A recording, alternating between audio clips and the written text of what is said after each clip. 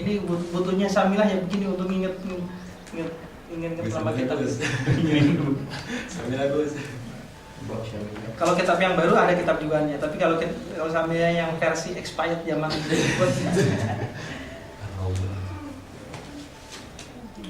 Nah, ketemu Mbak Yati. Belum nyampe Kak, masih banyak. Samilahnya Ini sambilannya kurang adem. bukan gimana? Panjang itu. Ini. Ya udah lain kali nanti satu juga. Karena kalau saya tidak salah itu ada sekitar 30 cerita jadi belum ada ilmunya. Nah, di situ menyebutkan tentang barbar juga. Karena terakhir ada kata barbarnya. Pokoknya terakhir barbar. Cakibar. Nah, Tentang khobar. al-mubtada wal khobar. Apa namanya al-mubtada wal khobar? Lanjut panjang namanya. Di bawah al-akhbar, al-mubtada wal khobar. Ya, pokoknya itu lah. Al-Arab wal Ajam. Wah, panjang. Nah, itu kitab-kitab tahrij. Fungsinya apa itu tadi? Untuk menyeleksi hadis-hadis tadi. Akan tetapi perlu saya sampaikan di sini adalah dalam prinsip ahlu sunnah, hadis itu boleh diriwayatkan bil makna, maknanya saja itu boleh. Bisyurut, otomatis dengan syarat-syarat, yaitu orang yang menyampaikan riwayat bil makna ini benar-benar bagus bahasa Arabnya, benar-benar tidak ada distorsi, ya kan? Distorsi tau nggak? Bumbu. Misalkan Rizali menggosipkan dengan si A ya misalnya, itu ceritanya benar, tetapi bumbunya ini yang bikin orang emosi kan gitu. Tambah lezat. Tambah pedes gitu. Kalau cabenya kebanyakan tambah pedes. Nah bumbunya ini, kalau dia itu gimana diperbolehkan, tapi yang takutkan itu bumbunya ini. Nah tetapi kesulitan dalam ihya ini, kenapa kok beberapa hadis dhaif itu bahkan maudhu itu ada? Itu ada dua kemungkinan. Satu, kurang selektifnya penulis. Yang kedua, penulis ini sedang meriwayatkan bil makna. Hadisnya sebenarnya sahih secara makna, tetapi diriwayatkan bil makna sehingga teks hadisnya gak ketemu. Makanya Al-Iraqi itu seingat saya itu tidak pernah bilang maudhu untuk hadisnya Bukhari. Hadisnya Ihya. Paling mentok beliau bilang la aswalahu. Ya kan? Iya. Tetapi orang sekarang wah itu maudhu, itu langsung. Padahal asal kan ada dua kemungkinan. Bisa jadi hadisnya itu tidak tercantum di kitab hadis secara pokok, tapi diriwayatkan secara makna, sehingga ada nyari pusat mata nggak ketemu. Nah ini juga harus dihati-hati. Tapi ini mau Ya. tapi emang pernah saya coba nyari, ya kalau saya bisanya pakai Samilah, sempat nyari nyoba salah satu hadis dari dia, mumpatnya minta ampun. Iya, karena ketemu dulu pakai kata gini duduk gini kok aneh. iya Itu gimana ya? ya itu lihat bermakna tadi. Nah kenapa? Karena Pas kemarin dia. Imam Ghazali ketika mencantumkan hadis tersebut itu dalam kategori sedang mengajarkan kitab tasawuf, bukan sedang mengajarkan hadis. Sehingga kadang kata-kata ini disesuaikan dengan paragrafnya, disesuaikan dengan ritme ceritanya biar nyambung. Iya nggak? Ketika kita nulis makalah biasanya begitu kan. Misalnya Quran itu kita isyaratkan nggak langsung tulis Quran apa adanya plek kan enggak. Kadang cuman maknanya saja, terus akhirnya dalam kurung ada Quran TS surat keberapa, ayat keberapa, biasanya kan begitu dalam bahasa dunia. Nah, kenapa? Karena biar runtut dengan paragrafnya. Karena Anda menulis begini kan tidak karena ingin mengajarkan hadis, tetapi ingin mengajarkan tasawuf dan akhlak. Karena tujuannya berbeda. Anda tidak bisa memakai standar ahli hadis karena Anda sedang tidak mengajar hadis. Kalau Anda mengajar hadis ya berarti standarnya ahli hadis. Tapi kalau Anda mengajar tasawuf ya standarnya bagaimana kata-kata ini dimengerti secara baik dan benar secara rohani dan spiritual, kan gitu. Hah? Ya nggak? Ya nggak, bro? Bro. Ya gimana kayaknya tuh? Bisu. Bisu. Masuk lutut ente. Terkenal. Terkenal. Nah, paham kan? Tetapi kalau Anda sebagai pentahris hadis tidak boleh begitu. Anda harus punya keputusan akhir. Hadisnya bagaimana? Hah? Ya inilah yang sebenarnya saya kadang bingungnya gini, karena di dalam mustalah hadis kadang la asal lahu juga tidak ada gitu. Tetapi para ulama banyak sekali bilang begitulah asal lahu. Kan begitu kan? Tapi kata la asal lahu ini multi tafsir. Itu bahasa halusnya. Iya, karena satu gitu Mas. karena melihat Ghazali gitu. Syekhul Islam. Menghormati. Syekhul Islam. Dan dalam sejarahnya itu Ghazali ini dia ini sebenarnya ahli hadis. Dia belajar banyak ke ulama hadis dan dapat sanad. Ya, kitab tentang ilmu hadisnya Ghazali mungkin tidak ada secara khusus, tetapi Anda bisa jumpai di Al-Mustasfa. Al-Mustasfa itu usulnya itu ada tentang khobar ahad, ada tentang khobar mutawatir, gitu kan? Itu banyak. Makanya Ihya itu dari satu masa ke masa itu sangat menarik. Pertama menarik karena isinya, yang kedua menarik karena kontroversialnya. Iya.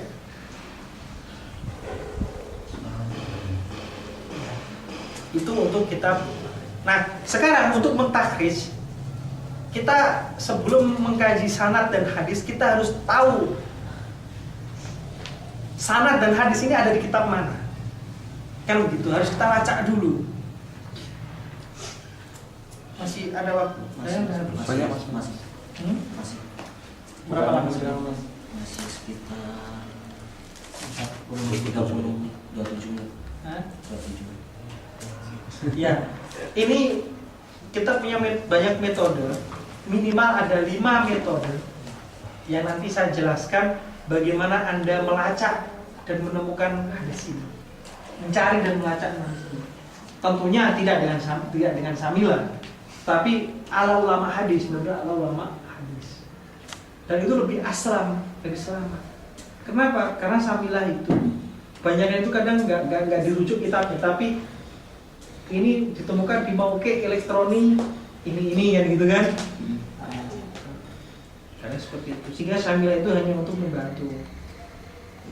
Kalau dokter cerita Pak Kiai Ali Mustafa Yaakob itu, gurunya dulu yang namanya Dr. Mustafa Al-Zawmi itu pernah cerita, saya tidak percaya dengan samilah dan yang lainnya, karena saya yang memprakarsai samilah dan lain-lain. Itu kan Alfian namanya. Karena saya memprakarsai dan saya tahu kelemahannya sehingga saya nggak menggunakannya. Siapa namanya? Mustafa Al-Zawmi. Mana itu Mas? Hah? Mana itu? Beliau itu dulu guru besar hadis di Riyadh yang mengambil S3 kedua kalinya di Cambridge University. Dua kali. Satu kali Beliau ingin mengkaji hadis dari dua sisi. Satu sisi ulama hadis, yang kedua ada sisi ulama orientalis. Jadi kritik hadisnya dan kaji-kajinya sangat hebat sekali. Buku yang terkenal adalah Dirasat fil Hadis An-Nabawi wa Tarikhihi. Itu dapat Nobel studi Islam oleh Raja Fahd. Itu sangat luar biasa. Nah, tahun 80-an Gus Dur itu memuji Al-Zawmi, terutama karena karyanya ini. Karena karyanya ini meruntuhkan benteng-benteng pemikiran hadis dari orientalis. Kenapa meruntuhkan? Karena beliau melalui pendekatan orientalis juga dan kajian-kajian orientalis. Bahkan A.J. Berry sendiri itu salah satu guru besar hadis di Cambridge University saat itu sangat memuji karya ini. Inilah karya yang menjadi jawaban terhadap karya-karya sebelumnya, terutama karyanya Joseph Sach dan Ignaz Gottschier. Pakai bingung. Nomornya bingung. Boleh sih tak ngomong awal web keliru. Wes go. Udah mau ini. Ya kapan-kapan kita ngkaji hadis versi orientalis lah. Kapan-kapan saja. Versi orientalis ini banyak. Saint John Paul dan lain-lainnya. Kita kalau di pesantren ngajinya begitu. Walaupun pakai sarung gitu kan, kadang ada yang mandi kadang enggak gitu kan, tapi kajiannya kita bukunya tetap lama juga. Yang itu mas apa? Kita mau jamu bahas dari hadis itu apa? Bensin. Itu nanti. Nah, yang pertama, metode yang pertama dalam melacak itu adalah metode al-masanid. Al-masanid.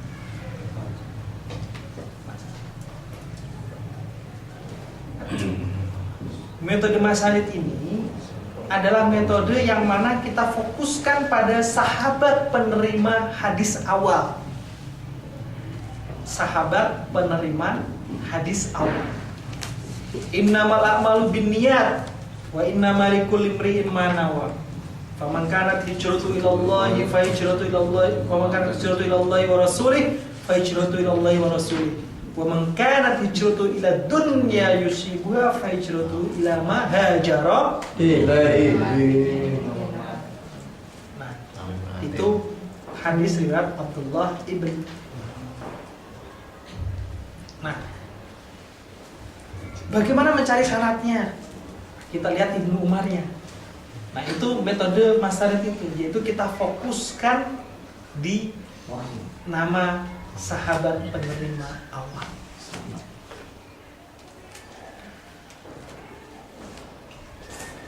La'an Abi Hurairah radhiyallahu anhu qala Rasulullah sallallahu alaihi wasallam idza sa'ida al-khatibu 'ala al-mimbar fala yatakallam wa may yatakallam faqad lahu hadis. Oh, riwayatnya dari Abu Hurairah. Kita cari di mana sana. Akhirnya ketemu. Rawa Imamuna Malik an Abi Sinan an Al-A'raj. Jembatan. Abi Hurairah radhiyallahu anhu qala. Itu yang saya senang dari Madzhab Malik itu, orang Maroko itu terutama dia itu bangga dengan mereka tahu kalau Bukhari Muslim itu ashabul kutub, tetapi karena bangga sama imamnya begitu. Kita mana pernah bangga dengan Imam Syafi'i. Minamnya dalam itu. Dalam khutbah atau ceramah. Rawa Imam Syafi'i kan begitu enak. An Syafi'i al-Imam Malik an Abi Sinan anil A'raj. Nah, makanya nanti teman-teman harus pulang khutbah itu. Enggak ada berbeda, tetap ruang anak guru kan sebenarnya sama juga. Cuman belakangnya itu sebutin aja Imam Asy-Syafi'i, nah gitu kan. Kan keren gitu kan. Oh, Syafi'iyah bener ini. Turun. Satu-satu. Nah, jadi kalau kita fokus ke nama sahabat, ini adalah metode masanid atau al-musnad. Nah, kalau kitab masanid ini, kita membutuhkan kitab yang punya nuansa atau penulisan sahabat. Misalnya Musnad Imam Ahmad bin Hanbal, di mana kitab Musnad ini ditulis berdasarkan nama sahabat. Kitab Musnad itu ditulis berdasarkan nama sahabat. apakah itu penulisan berdasarkan ya urutan nama secara abjad, alfabetis, atau hijaiyah? Ya. Bingung saya. Coba apa itu kita masalah tadi? Lagi mabur pikiran saya. Pikiran saya lagi mabur. Lagi mabur. Oh iya, kena angin Bang. Sebenarnya. Saya ulangi lagi. Masalah itu yaitu kitab-kitab yang penulisannya berdasarkan nama sahabat. Ya. Kadang penulisannya urutannya itu secara abjadiyah, alfabetis, ataupun hijaiyah. Penulisannya. Bayangin aja dulu.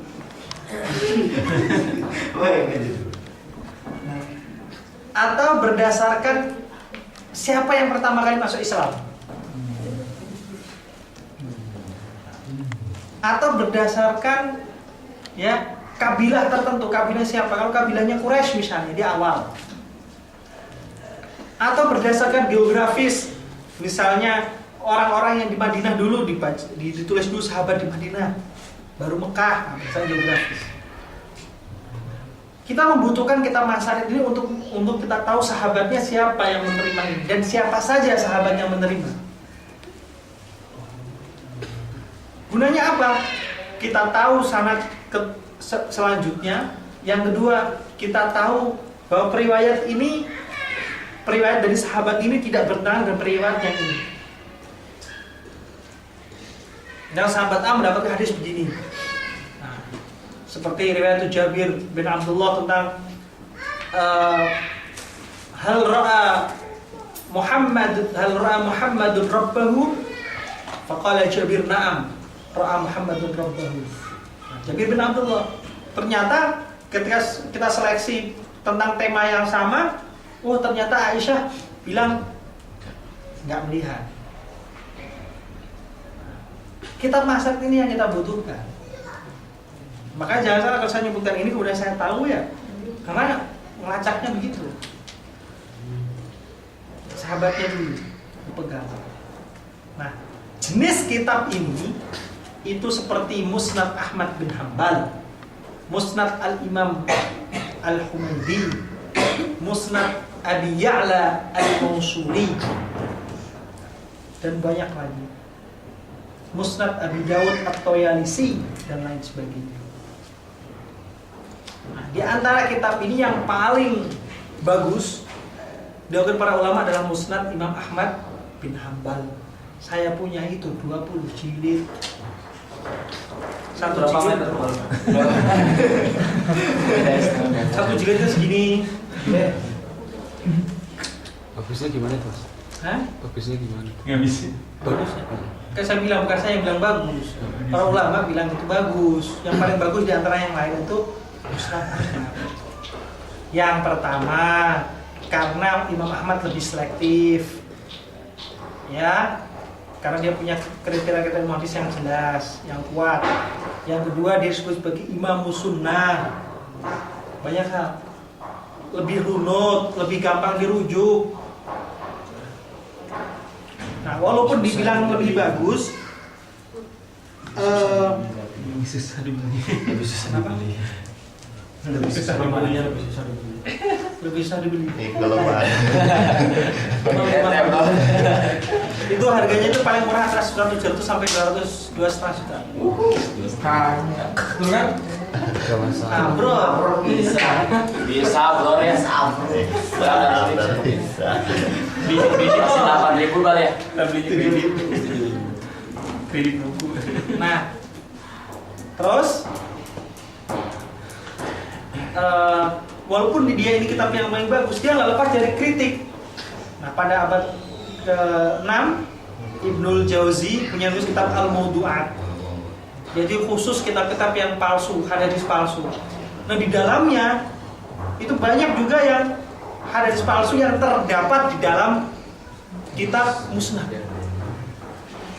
Berarti sebuah kritikan dari Al-Hafidz Ibnul Jauzi. Baru abad ke-9 yaitu zamannya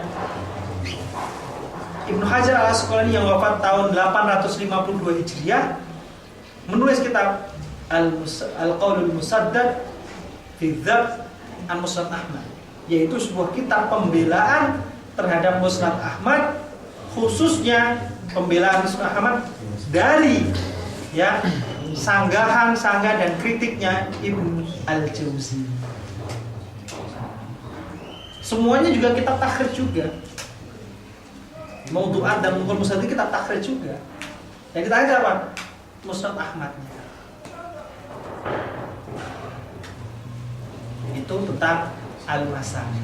Ya ringkasnya semacam itulah. Anda bayangin saja dulu. Nanti kalau ketemu Musnad Ahmad, oke.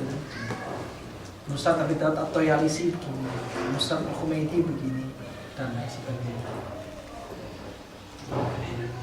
Nah itu untuk kategori teori Masani. Masih ada 4 lagi, mungkin lain waktu kita lanjutkan. Ini belum studi tentang perawinya, ini baru cara melacaknya saja ini.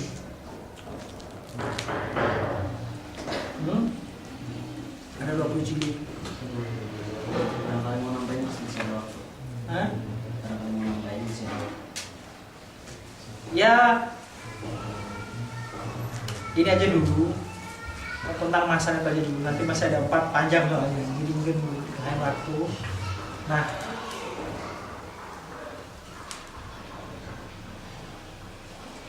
ada satu musnad yang apa namanya, yang katanya itu ada lebih dari 1000 jilid. Saya lupa namanya. Hah? Yang gimana? Lembar ya. Seribu jilid. Lembar yang Saya lupa Satu namanya. lembar video. Nama kita nama musnadnya. Nah,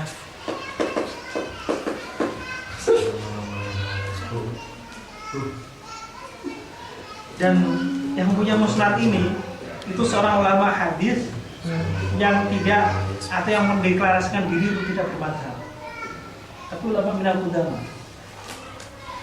Nah, oleh para ulama hadis ini dia dinyatakan sebagai ulama yang sombong.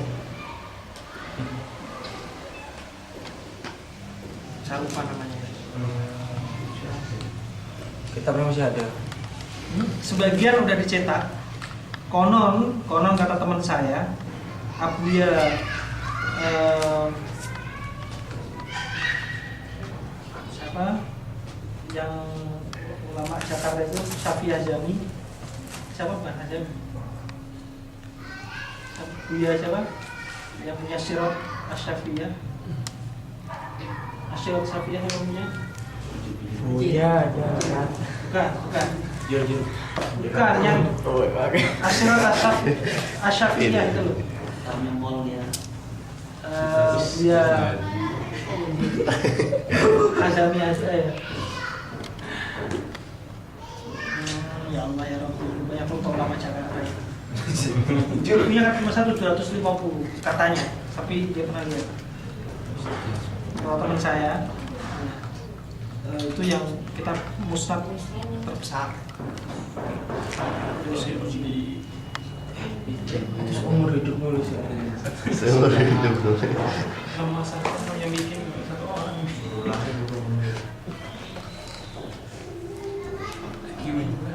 Ya sama Azami Syafi Azami. Iya Syafi Azami. Jadi saya almarhum kan, almarhum itu katanya punya. Hadis yang di Bekasi itu saya Muhajirin. Pak Muhajir itu yang Sarah Subul Salam. Sarah Subul Maruf. Pak Muhajir. Ya, Oke, alhamdulillah kita telah untuk sesi pada hari ini kita telah mengikuti dan telah selesai, dan alhamdulillah sekali dengan adanya kajian seperti ini, jadi kita benar-benar mengetahui apa itu takhrijul hadis yang telah disebutkan bahwa takhrijul hadis yaitu adalah istima'ul amrayn al-mutadadain fi syai'in wahid, yang inti dari pembahasannya adalah matan dan sanadnya itu. Ketika kita sudah mengetahui matan dan sanadnya, kebenaran dan kesahihannya, dan maka dari situ kita akan benar-benar bisa mengatakan dan benar-benar kita bisa berpegang dengan hadis-hadis nabawiyah. Mungkin untuk memperlebar pembahasan atau ingin menambahkan dan lain sebagainya, kami buka sesi tanya jawab. Untuk sesi tanya jawab kali ini kami berikan 3 penanya, 1 dari perempuan, 2 dari laki-laki. Pertama dari laki-laki, silakan untuk mengacungkan tangan bagi yang tidak bertanya. Monggo. Langsung. Ya, Langsung ada. dua. Silakan. Why? Monggo Mas. Mas Ardi aja yang caranya. Caranya di kamera. Langsung saja saya nanyanya ringan saja. Enggak terlalu berat. Jadi macam perawi sanad ini kan istilahnya kita kalau kita zaman dulu atau sampai sekarang masih ada yang ngambil langsung dari guru itu, yang misalnya sanad atau kita sebut ijazah, jadi syekhnya apa hadisnya. Nah sekarang kayak hal seperti itu jarang kita bisa temukan seperti itu, mungkin karena yang kompeten di bidang itu juga ada sedikit sekali. Nah kira-kira dalam menangani hal ini adakah metode lain selain apa namanya yang mengambil ijazah saja kan susah didapatkan sekarang. Apakah ada metode yang lain yang mungkin bisa menyamai yang pengambilan sanad dari guru tadi? Oke, terima kasih. Satu lagi tentang yang Mujam Fahras yang tadi, yang kata siapa tadi? Saya lupa ya. Nah itu kan istilahnya masih muktabar atau dipakai. Kalau dulu saya di pesantren itu sama saya Yazid itu yang beliau rujuk ke situ, kita debat apakah itu mau muktabar berapa persen lah istilahnya, atau ada kitab yang dari kalangan muslim yang lebih seperti yang karya dia tadi. Ya silakan. Pertanyaan saya saat yang pertama, tadi dikatakan bahwa takhrijul hadis itu adalah salah satu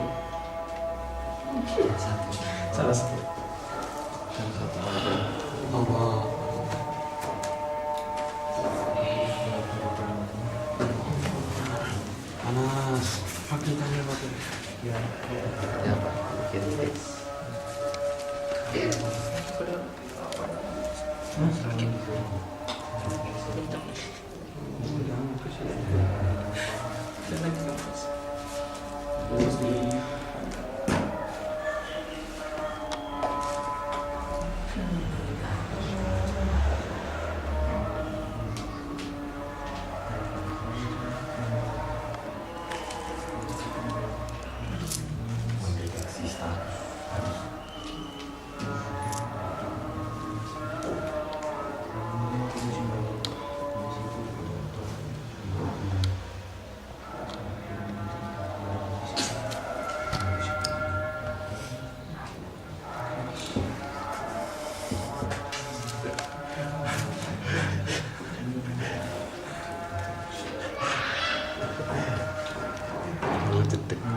Serius.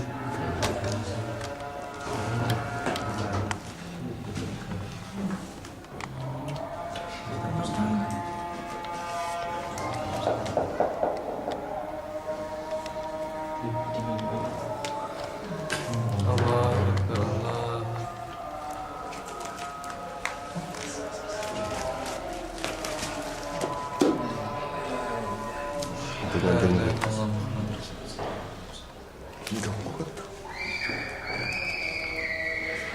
Ya silakan. melanjutkan. Jadi kalau kita ketahui tadi dan telah dipaparkan bahwa ilmu tafsir hadis ini adalah satu-satu cara untuk menentukan apakah hadis itu sahih ataukah hasan dan lain sebagainya. Nah, yang ingin saya tanyakan adalah siapa yang mengatakan atau melabelkan bahwa hadis ini dikatakan sahih, hadis ini dikatakan hasan, hadis ini dikatakan dhaif. Apakah memang kesepakatan para ulama yang dimana ketika itu dia mempunyai ilmu atau dia memiliki takhrijul hadis, ataukah memang ada salah satu perkumpulan ulama yang dimana juga membahas tentang salah satu hadis? Karena kalau kita ketahui bahwa meluasnya ekspansi Islam itu juga salah satu faktor penentu ulama itu mencari sanad dan matannya gitu. Itu yang pertama. Yang kedua yang ingin saya tanyakan adalah kalau kita transformasikan ke zaman sekarang gitu. Ilmu takhrijul hadis juga memang sekarang sangat-sangat susah ya. Gitu kan, sangat-sangat susah dimiliki. Bukan susah dimiliki, mungkin kapasitas kita apakah hanya sekedar mempelajari ataukah juga sama seperti eksistensinya itu seperti ulama-ulama terdahulu gitu. Ini juga penting. Kalau misalkan memang sama, berarti di zaman sekarang nanti pun banyak para ulama-ulama yang mengatakan oh ini hadisnya begini, apakah memang seperti itu apa seperti apa ditransformasikan di kalangan kita sekarang ini. Terima kasih. Oke, terima kasih untuk pertanyaannya. Untuk kaum hawa, monggo kami persilakan untuk mengajukan satu pertanyaan.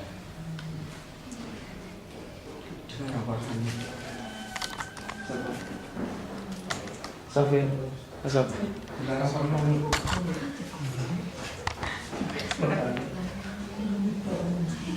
Gimana? Monggo. Atau tidak ada? 3 menit dari sekarang. Memberikan tangan Anda. Kalau merasa sudah menyerah. Belum apa-apa nyerah. Cung. Ini sih nanya. Iya, monggo Mbak. Baiklah, mewakili para pelajar semuanya. Rumah ini ada yang mau. Kan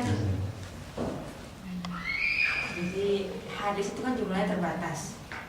Mungkin kalau ya paling kutub sita dan tambahan lah sedikit gitu kan, yang lain-lain wasanid dan sebagainya. Kalau misalnya yang di kutub sita dan wasanid itu misalnya sudah ditahrij, apakah sekarang masih perlu lagi belajar ilmu tahrij? Kenapa diulang kan? Jadi kan hadis itu jumlahnya kan terbatas Mas ya. Ya paling yang terdapat di kutub sita, masanid dan sebagainya lah. Kan dari sementara ilmu tahrij kan tidak ada dari dulu. Artinya otomatis sebagian besar dari hadis ini sudah tahrij dong. Terus kemudian apa perlunya kita belajar ilmu tahrij sekarang? Terima kasih. Terima kasih atas pertanyaannya Mbak. Kita telah mendapatkan 3 pertanyaan yang insya Allah nanti akan diperlebar dan akan dijawab oleh sang pengampu Sofyan Sugito. Pertanyaan yang pertama itu sebetulnya pertanyaan dari Mas Herdi yang sangat penasaran dengan metode-metode yang selanjutnya. Makanya Mas Herdi menanyakan adakah metode selain Mas Hanif, karena kita mengetahui bahwa kalau dengan hanya Mas Hanif itu sekarang sangatlah sulit sekali. Itu dari pertanyaan pertama dari Mas Herdi. Yang kedua, akan adakah kitab yang kualitasnya melebihi dari kitab Mu'jamul Fahras. Yang kedua dari pertanyaan Mas Fizul,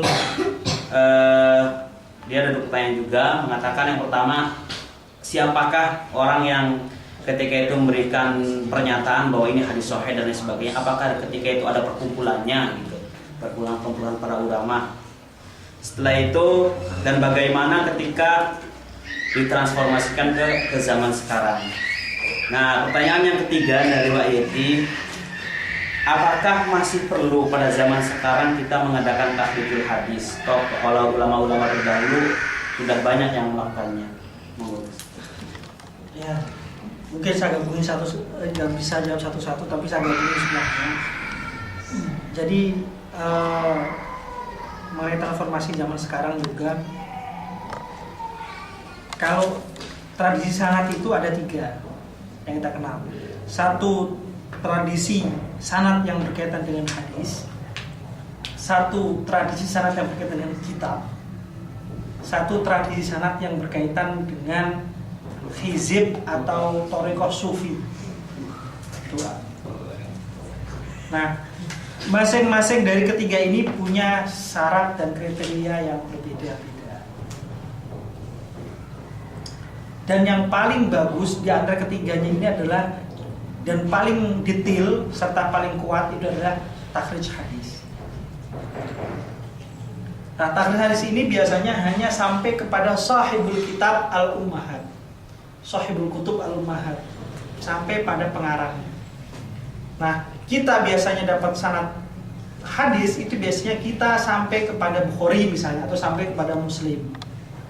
Nah, itu biasanya layuk tabar bihi. Karena apa? Karena bukan karena sanadnya, tapi karena kelemahan kita dan kekurangan kitab-kitab jarh wa ta'dil soal ini. Gitu. Jadi biasanya takhrijnya itu adalah sampai kepada sahibul kitab. Kalau sanad kitab, ya seperti kita sampai ke kitab Imam Bukhari atau Ihya atau apa, itu adalah sanad hanya sekedar pertanggungjawaban moral dan spiritual saja.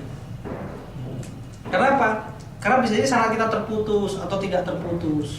Sanad kita ambil dari orang yang terpercaya tidak terpercaya, itu nggak ngaruh. Biasanya yang penting ada sanad sebagai pertanggungjawaban moral, pertanggungjawaban ilmiah dan spiritual. Biasanya begitu. Makanya kalau di NU itu sering sekali adalah kolektor sanad. Iya. Baca kitabnya selembar, 2 lembar langsung dapat sanad.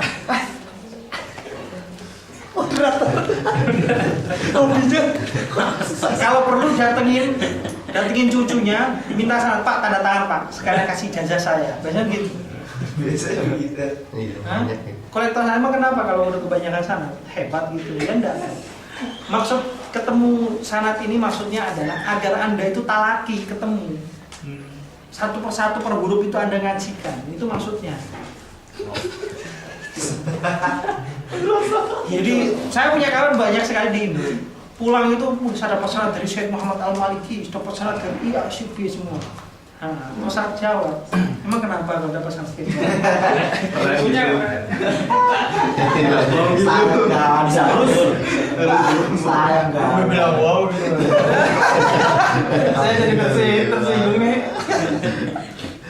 Terus adanya, kok Anda bisa dapat sanad lawan baru 3 bulan di Saudi kok, saya bilang gitu kan. Ngajinya hebat sekali gitu kan. Dapat sanadnya banyak lagi. Bukhari Kutubus Sittah, Ihya, 3 bulan dapat sanad kita banyak begitu, saya bilang, wah hebat sekali saya bilang. Nah, karena orang Arab ini, kalau syekh-syekh itu orangnya baik-baik. Dalam artian ngapain sih sanad-sanad bisa simpen, udah saya kasih aja deh kan gitu kan. Cuman masalah sampai Indonesia itu kelihatan kayak udah wah gitu loh. Nanti tanya dalemannya gitu kan, atau saya kurangin sedikit aja kata-kata di dalemannya daripada masalah. Itu masalah sanad kita. Jadi kita nggak ada kajian itu ya untuk sanad kita, karena lemahnya di kitanya. Sanad hizib, doa, kemudian thariqah sufiyah juga sama. Cuman masalahnya kalau sanad thariqah, sanad hizib ini kadang itu ada bau-bau yang agak khurafat dan aneh-aneh. Misalnya siapa doa ini dari ketemu Jibril, keren kan? Sanadnya Jibril langsung dari dia, Jibril langsung Allah Subhanahu wa Ta'ala. Turun di atas. Nah ini kalau kita mengikuti cara pandang ilmu hadis tidak diterima. Salat digenteng. Banyak teman kayak Jawa Timur, apa namanya, ngaku dapat wiridan dari Nabi Muhammad langsung. Ya untuk kalau dipakai dirinya sendiri boleh lah. Tetapi kalau kita ini disebarkan ke masyarakat, kemudian masyarakat ini kebetulan cara pandangnya adalah ilmu hadis, dan diterima gitu. Karena beda standar dan cara pandang tadi. Akhirnya jadilah fitnah yang pakai cara pandang ilmu hadis mengingkari itu, tidak percaya, yang merasa mimpi tersinggung. Akhirnya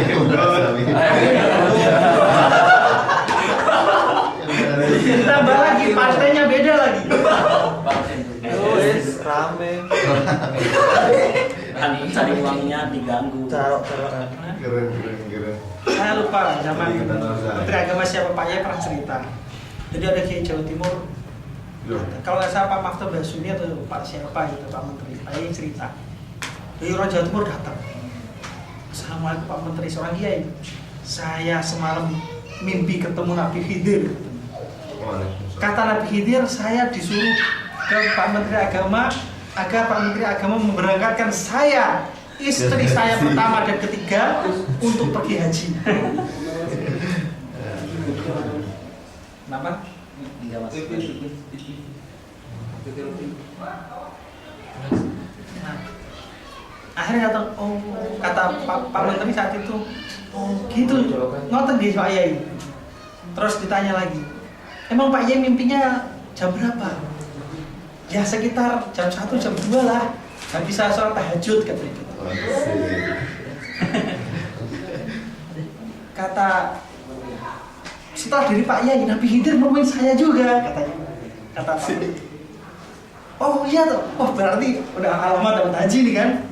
Terus saya kata, dan itu sekitar jam 3 lebih seperempat atau setengah 4 gitu. Dia bilang, kalau ada orang Jawa Timur datang minta haji, bilang kabarnya itu bohong. Oh, saya dapat kabar begitu dan langsung kayaknya diem pulang. Ya ini makanya saya bilang, ini nggak bisa pakai standar. Maka standar yang paling realistis dan kasat mata adalah standar ilmu hadis, gitu loh. Karena Anda bisa menjelaskan secara ilmiah, Anda bisa menjelaskan secara budaya dan sejarah, gitu loh. Kalau selain itu, ya seperti tadi, ada yang kitab dan sanad tadi, itu rentan masalah. Misalnya saya dari Maroko nih, kemudian ngaku-ngaku dapat sanadnya ulama Maroko, Anda pasti percaya semua atau walaupun saya bohongin, karena nggak ada pembuktian.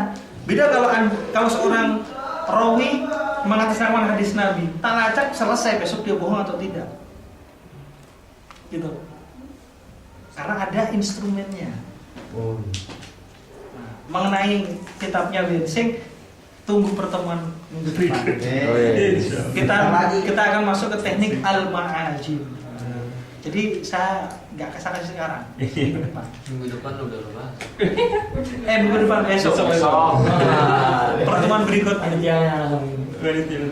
Nah itu berkaitan dengan itu. Nah, ulama itu melakukan takhris itu biasanya secara individu. Kadang satu hasil takhrisan si A si B ini bertentangan, seperti yang saya katakan tadi. Kadang juga bersepakat. Ya toh, dan ini wajar karena ini namanya studi gitu. Nah, nyambung pada ayat itu, kalau seorang hafid yang udah menyatakan sahih, ya itu bagi mayoritas ulama itu terima. Wa khudhu haitsu hafidun alaihi nas, au bijam'in wa khudhu haitsu hafidun alaihi nas. Aku lupa itu sunasnya di Alfiyah Suyuti juga. Wa khudhu haitsu hafidun alainas au min musannafin au min musannafin au bijam'in yukhas. Amin musannafin au bijam'in yukhas. Jadi ambillah apa yang para hafid ini dinas. Hafid ini adalah gelar ulama hadis yang beliau ini hafal minimal 300.000 hadis. Beserta sanadnya, beserta rawi-rawinya. Tingkatan pertama itu bukan pertama ya, tingkatan paling indeks itu talibul hadis. Di atas talibul hadis namanya syekhul hadis. Di atasnya syekhul hadis namanya al-musnid. Ya kan? Di atas al-musnid namanya al-muhaddis. Di atas al-muhaddis itu namanya al-hafiz. Di atas al-hafid itu al-hakim, ya. Di atas al-hakim itu al-hujjah. Di atasnya lagi namanya amirul mu'minin fil hadis. Itu gelarnya. Ini udah beribu. Ya, itu begitu. Nah, urgensi takhris itu apa? Pertama adalah kita mentakhris hadis ini untuk mengkaji sanad yang kita temukan. Makanya kita untuk berhati-hati, kita bilang sanad hadis ini dhaif, apa maudhu atau bagaimana. kalaupun toh bertentangan dengan ulama yang lain, itu akan mengkaji kita, ulama sebelumnya kita mengkaji lagi. Kenapa dia bilang hasan atau dhaif? Akhirnya namanya kita mengkaji namanya metodologi mutaba'at atau syawahid. Mutaba'at itu artinya hadis dalam tema yang sama, diriwayatkan oleh sahabat yang sama, tetapi dia berceceran secara sanad. Ulama ini bilang hasan karena mungkin dia berpangku pada 1-2 sanad lain gitu, tanpa memperdulikan ketemu sanad yang lain, kan begitu. Sementara kita dengan sistem mutabaat kita mengumpulkan banyak sanad sehingga kita mengetahui konklusi umumnya. Tetapi dari sahabat yang pertama itu mutabaat. Ada yang disebut asyawahid. Nabinya satu, tetapi Nabi ini menyampaikan ke sahabat yang berbeda-beda, berlainan. Dan sahabat berlainan Anda tahu setelah seperti Rasulullah, para sahabat ini menyebar ke berbagai daerah, sehingga punya murid yang banyak juga. Nah, kita mengumpulkan, mengoleksi ini semua dan mengkajinya dengan metode asyawahid. Kalau mutabaat asyawahid kita jadikan jadi satu dengan bantuan metodologi takhrij hadis ini, maka kita tahu kesimpulannya. Kita mengerti kenapa ulama ini bilang sahih, kenapa orang bilang dhaif. Kita memilih yang mana. Nah, ketika ada 2 hadis yang berbeda, ya, yang bertentangan misalnya, kita bagaimana mentarjih satu sama lain pakai metode ini, gitu loh. Itu fungsinya.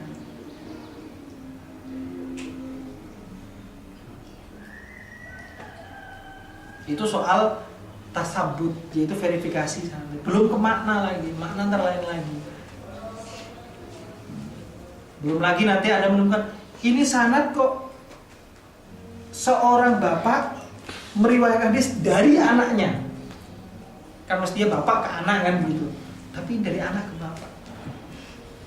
Ini dari junior hadis dari junior kepada senior. Riwayatul asaghir, riwayatul akabir anil asaghir. Ini bagaimana ini? Ini kan rada aneh ini riwayat sanad ini gitu loh. Nah, inilah kajian hadis.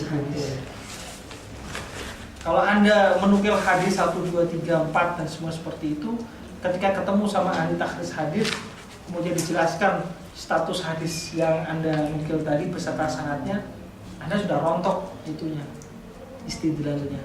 Apalagi kalau yang Anda nukil itu ketahuan itu adalah maudhu atau palsu. Aku balong semua, taruh sampah semua. Nah, makanya Anda sebelum menukil hadis itu hati-hati. Perlulah takhrij hadis ini. Gitu loh.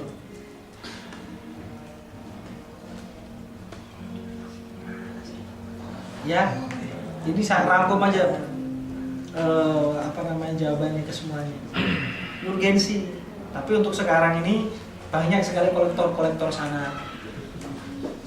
Kemudian pulang ngaku kan, sanad gue banyak nih dari Habib siapa gitu. Iya. Saya kalau ketemu dalam saya senyum aja saya. Oh bagus sekali saya bilang. Bagus sekali. Oke, terima kasih Mas atas penjelasannya. Ada tambahan tuh.